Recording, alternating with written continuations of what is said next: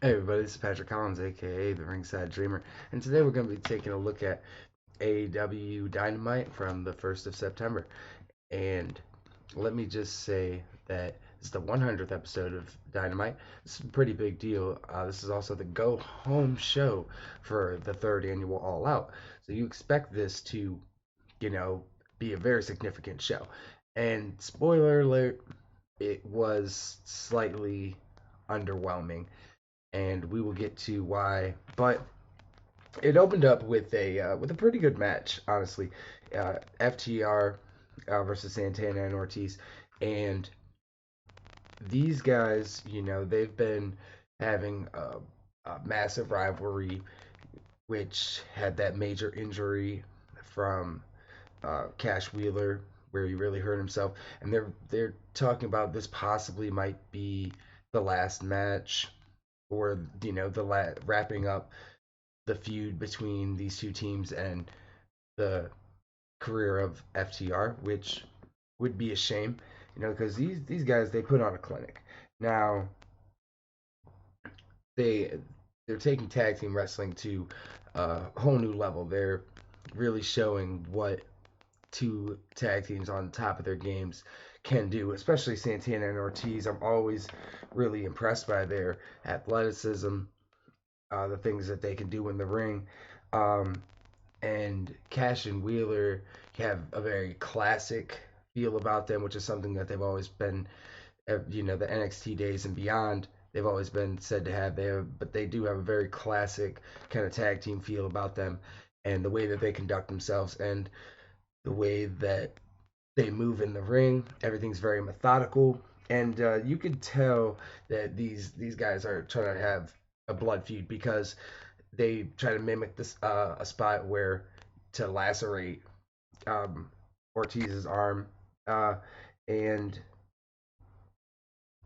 this is, it's becoming a really tough match, or a really difficult feud. Now, there's a spot in the match where there's a beautiful frog splash, and from Ortiz, and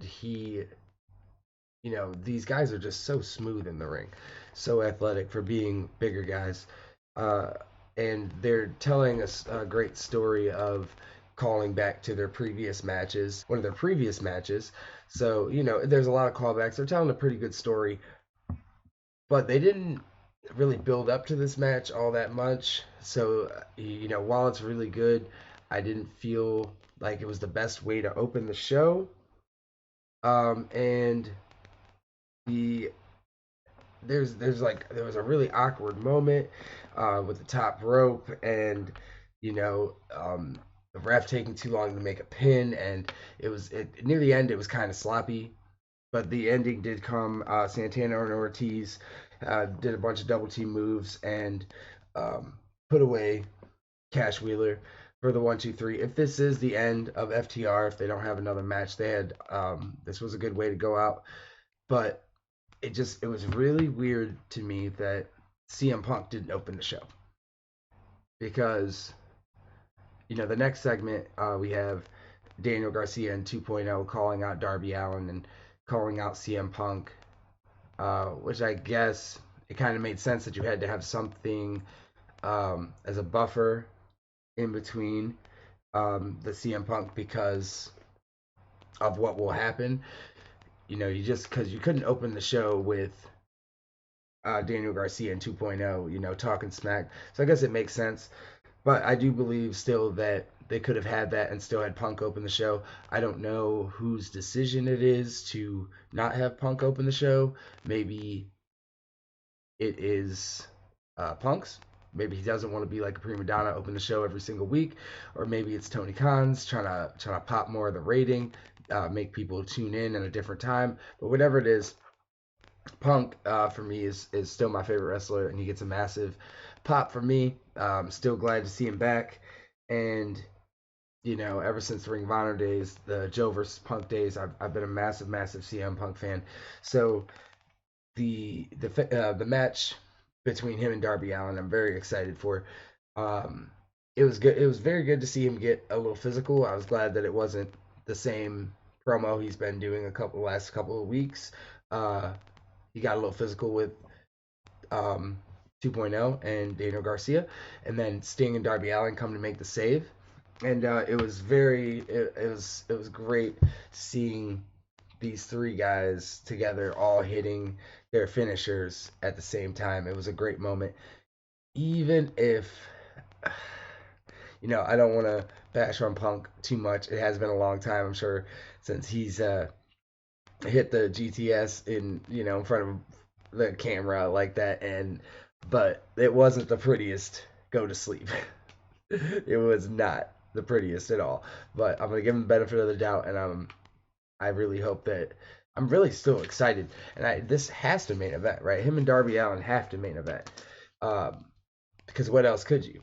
Could be the main event, especially with Sting, and Sting opening his mouth just gives me like this tingly feeling in my stomach of maybe, just maybe, we could get, a CM Punk Sting feud, a CM Punk Sting match. Like, just thinking about it, my heart. Oof. So Sting cut a promo saying that he's not going to be at ringside with Darby, and this, like I said, this it has to main event. What could follow it? And that with that crowd in that situation, there's nothing that can follow it. This is the biggest fight in years for wrestling. So I'm very excited for it, and hopefully they make the right decision when it comes to the placement on the card. Next, MJF has a sit down with Shivani, and man, MJF is so great. Now MJF is just this classic heel, and he is so good with his promos because of the way that he puts down his opponent, but he builds up his opponent at the same time. He builds him up, but he also builds himself up. Like, he builds up his opponent, but then he gives himself one better, that one up. So, saying that Jericho is on the Mount Rushmore of wrestling, but he's going to take his spot because, he's a new, improved version. And also, comparing him to Muhammad Ali is is just so a masterstroke of just being a heel, shushing Shivani, little movements like that. But he is really a master of his craft at the moment, and he comparing Jericho to Muhammad Ali, saying how him continuously coming back and just getting less and less appeal and tarnishing his legacy. These are things that we've also talked about, and it kind of builds into this feud with him and Jericho, and where it just you might believe that this is the end for Jericho. Um, Next is a match between Orange Cassidy and Jack Evans. Now, the Orange Cassidy's been beefing with the Hardy Foundation, and Orange Cassidy is such a great character. Like, he is so amazing in, but I don't so much care that he wrestles all the time. But he's just such a great character, and you could see that when they have the battle of standing switches and with him and Jack Evans, and but and I don't really like as much as he wrestles. And I'll tell you this right now, that it was complete and total Bush League garbage that the match ended during a commercial break. You never see that from WWE. That is complete trash that would happen. And there's no excuse for it. And Tony Khan and the producers should definitely be ashamed for that. So Matt comes out for the beatdown, and the best friends try and make the save, but the whole entire family comes. Looks like, a real crazy, like it might be a real gang beating. Then the Jurassic Express came, and if nothing really happens, everyone just kind of powders out. I it was just like, why? Like, why waste all of this time? I guess it made sense later in the show when they do have a giant beatdown. You want to have two in the same show, but I'm just like, why waste? Why just not have it at all? Um,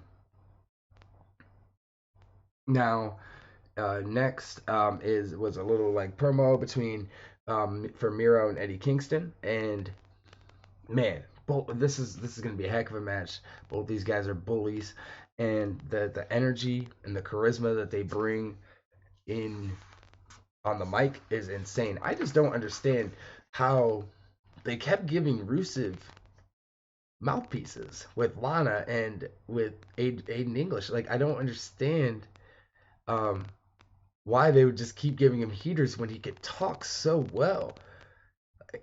He has so much charisma and so much skill in that department. I just don't understand how they just didn't get it. How WWE just didn't understand what they had, and it's going to be really great. Um, so next was the short little vignette between talking between the John Moxley and Satoshi match. Now I don't really care for this because why should I care? Now I'm a mark, so I know that Satoshi is a big deal. I know that he was one of the only people to hold the New Japan and the All Japan title at the same time. That he's like a legend in Japan, but they didn't tell me that. I just know that. So why should anyone else care? Why should they care? If AEW doesn't make us care, why should we care? I shouldn't have to Google something or know something. Like if I'm a casual fan, I shouldn't have to do research to tell me why this person is a big deal. You should be at least explaining a little bit why he is a big deal, and that's what's really annoying about it. Like you're gonna dedicate, you only have these special shows every once in a while with a very limited amount of time, and you're gonna dedicate one of your matches to John Moxley on Satoshi, which isn't a big deal. It's gonna be a great match, but you're not building it up the way it should be. So I was very very disappointed about that. Next was the interview between Jericho and JR, and this was really good. This was really good because like I said before, and most of the time when you have these matches of putting their career on the line, you automatically assume that the person who's putting their career on the line was going to win, but not so much in this one. They're really building it up where I don't think Jericho's going to win personally.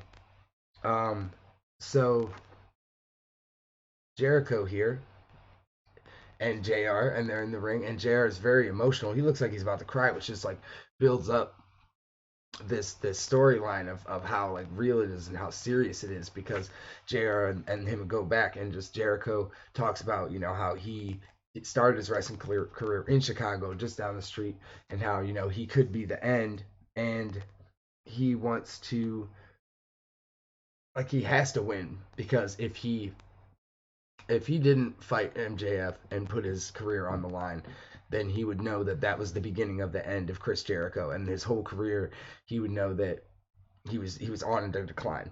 So in a way, he's agreeing with MJF where you know he has to prove himself, and if not, he's just going to retire from active wrestling, and it's going to be very, ooh, man, it'll be very interesting.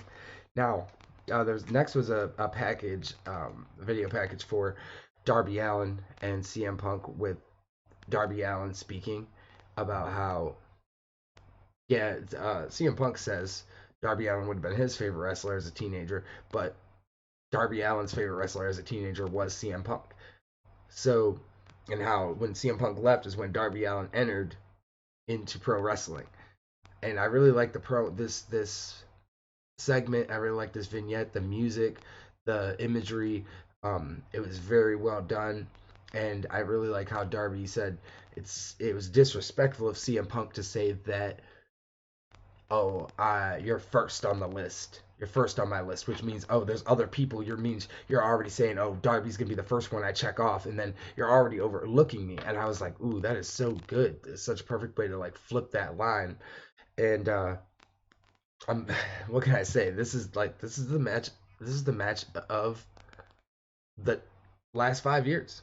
Like this is the match. This is a very exciting match, and it has to main event, and it should. If it doesn't, if it doesn't, it will probably ruin the show. So hopefully they make the right decision. Um, the next match was Brian Cage versus Powerhouse Hobbs, and I'll tell you, both of these guys are stars. You know, it starts off with Cage jumping Hobbs, and these guys are just two beefy boys, but they're super athletic, and they they just have a very bright future. And I hope that AEW sees that and pushes them and stops so much putting them against each other, because they could both be stars in their own right. And instead of like clashing, they should be off doing their own things. Um, so hopefully this feud between Team Taz and Brian Cage wraps up shortly. And they're the end. Man, there was a very good spot with Brian Cage deadlifting Powerhouse Hobbs like on the from the ring apron into the ring, like freakishly strong. And the end comes with when Ricky Starks comes and hits Brian Cage with the belt for the win. And Ricky Starks is kind of the man. Like, let's be real, Ricky Starks is that dude, and he is got a very bright future too. So I'm hoping that they make the right decisions with him. All this talk of uh, black wrestlers, and I'm glad to see that AEW put over the black man in Hobbs, and they're doing big things with Ricky Starks. So hopefully they continue that momentum for both of those individuals. Now, next was a vignette with Malachi Black. Malachi Black has been. I did think it was a little weird how he left the ring last week, but then him explaining it in the way that he did, I thought the visual was still a little weird, but he did excuse it, where he wanted to fight on his terms, which is how he should have made it, but he should have made it more obvious in the moment. Um, and Malachi Black's really been on fire since joining AEW, and I hope that he doesn't just get lost in the shuffle, because he's a star. He's a star. So next was a really I'm gonna say like the worst segment of the night, and it was just bad. It was just bad. So QT Marshall and the Foundry come out, and then it calls out Paul White, and I'm not even excited to see this because it's Paul White and it's QT Marshall and it's 2021, and you know what? I get it, and QT Marshall is probably gonna get the win. At least I hope. But then like and then Paul White just starts knocking out everybody, and he doesn't even need the save. But then the Gun Club come down to make the save that he didn't even need, because he basically like one manned everybody. Like, that's not. Did you just bury like the entire Foundry and QT by having everybody be destroyed by the Big Show in 2.2 seconds? And then the Gun Club come out, and then there's like a really awkward exchange between Billy and QT with a chair, and you're like, okay, what's going on? Like, this is really dumb. And then like Billy is standing behind. Now this, I will say, it's a good image, but it's so what's going on? So Billy was standing behind a Big Show.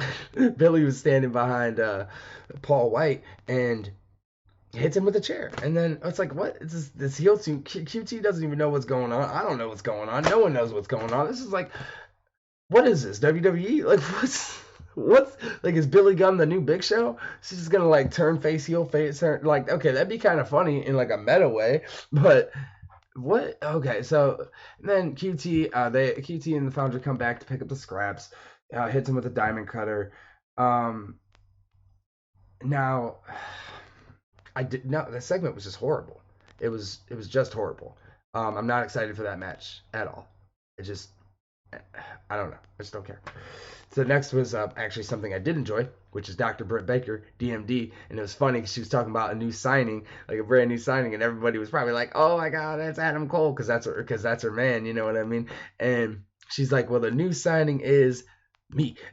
She's like, "I signed a big extension." Like, oh man, she's such a heel, so great. I love her so much.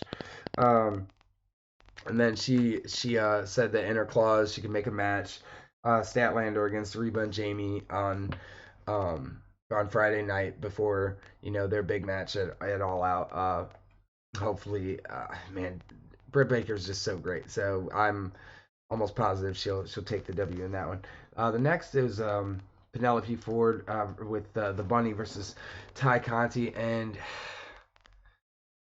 So Ty Conti starts with a dive, and Ty Conti is legit. She's really great. She's smooth. But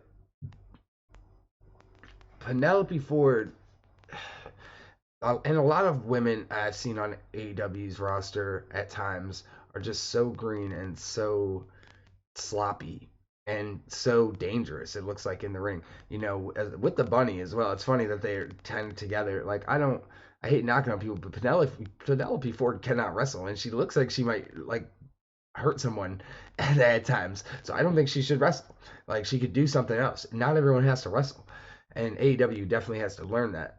Not everyone has to wrestle. I say the same thing about Orange Cassidy. Like not everyone has to wrestle. Some people can just be characters. Um, and there was this moment of these three kicks from Ty Conti just for her to no sell, for Penelope Ford to no sell, and it was really really bad, and just to get a 2 count, and it was just a really really nasty match, and I did not enjoy it. um and then the bunny tries to interfere, but then Ty kind of gets a roll up. And when they're going for the beatdown, Anna Jay comes back, which is great. Anna Jay comes back. She's going to be in the Casino Royale for the women's battle royale, and this could have been a lot shorter. I think Anna Jay, they could have like just jumped her real quick in the beginning, and Anna Jay could have made the save, because this time could have been added to the next segment, which, man, it had money written all over it, which was a Thunder Rosa interview, and then during the interview, Jay Cargo and Nia Rose come out and destroy her, and like you can just see, like as these two face off, like that this is money, money, money, money, and it's gonna be a great match. It's gonna be great, and you're looking at it and you're like, man, why didn't they just put more time and effort into this, into building up to this match, into building up with this feud?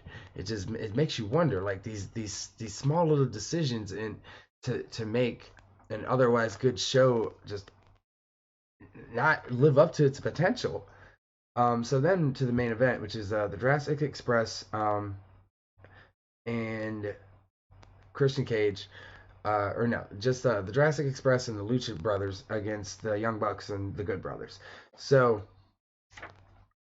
Luchasaurus, let's just get this out of the way. Luchasaurus is money. Um, Luchasaurus is total money, and him and Doc Gallows started off, and that's money written all over it. And so, they started the match. I'm looking at the Lucha Bros and the Bucks, going in to All Out, and how it's going to be a pretty good match. They tore it up on multiple different occasions, but the Bucks have to lose. They have to lose. They just have to. And in the cage, there can't be any interference if they want to hold up the integrity of the cage. Get it? And then, so like, hopefully, the Bucks, man, the Bucks have to lose. Um, man, Luchasaurus. I can't just every time he's in the ring, I just can't help. But thank man, he's such a star. And luckily, at least this time, he doesn't eat the pin. Thank God. And but the Meltzer driver to Ray Phoenix for the 1, 2, 3, which is okay because I'm sure they're losing the titles on Sunday. Whatever. And so Kenny Omega comes out, and the Elite beat down everyone, while Kenny's talking smack on the mic. So they have a magic killer to Luchasaurus outside the table. Then Christian comes out for the save. Why does Christian come out when like everyone else is beat down? He's literally the only person. Makes no sense. Like, dude, you have nothing in this right now. There's no way. You're asking for trouble just running out there. So he does. And that's when business actually begins to pick up. So they break out the kendo sticks, and they Kenny Omega said that Don Callis took the controller to operate the cage. They lower the cage. They got kendo sticks. They start beating everybody in the cage. Everyone in the locker room's coming out, try to help, but at the end of the day, they're getting beat down. They're getting beat down. Boom, boom, boom, and they're beating them down with kendo sticks. They end up putting the Lucha Brothers in handcuffs and raining down super kicks. Like they're beating them down, raining down super kicks on them. And then they go for Christian Cage. They choke him with the kendo stick, and they just start hitting V triggers. And as the show goes to black, they're handcuffing him, and I'm sure they killed him. I'm sure they killed him, as there will probably not be a match on Sunday because Christian Cage is dead.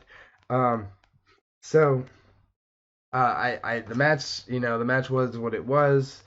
It did inject a little bit of energy into the show, which it didn't need it. Uh, and the segment afterwards did made me excited for the championship match between Kenny and Christian. Now, but overall, it's just I just felt it should have been more. I just felt it could have been more. I'm looking at it and I'm wondering to myself, why didn't you build up? You built up to certain matches, but not others, and then you had these extra long matches that didn't really mean anything to escape the opportunity to not have as much time focused on the matches that might actually matter. you know um and so it was a good show. It was a good show, but not when you look at it as the 100th episode and the go home show to what I would consider AEW's version of WrestleMania, all out. No, it wasn't good enough. It just wasn't good enough. Got to do better. And hopefully Rampage really sets the stage for All Out on Friday.